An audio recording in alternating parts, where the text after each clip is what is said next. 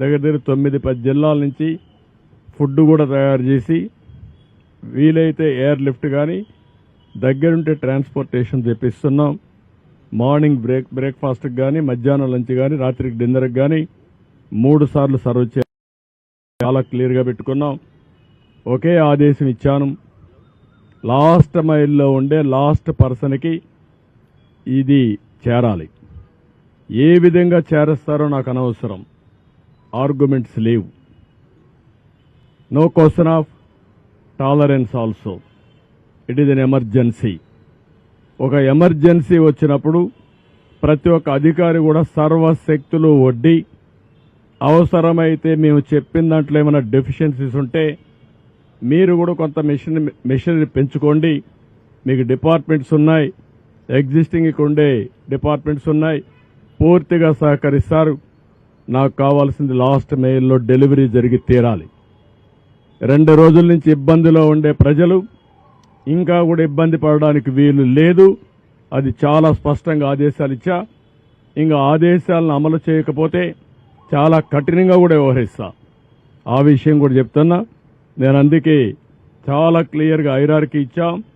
Technology కూడా minute details work out చేసా. ఆ విషయం కూడా మీకు చెప్పాలి. ఎందుకంటే సింగ్ నగర్కి అన్ని వెహికల్స్ వస్తే అక్కడ అందరూ రావడం, పెద్ద ఎత్తున అక్కడి నుంచి కిందికి పోనీయకుండా చేసే పరిస్థితి వచ్చారు.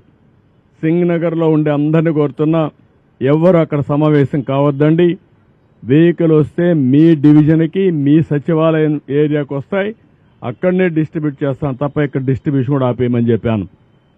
అది కూడా చాలా స్పష్టమైన ఆదేశాలు ఇచ్చాం.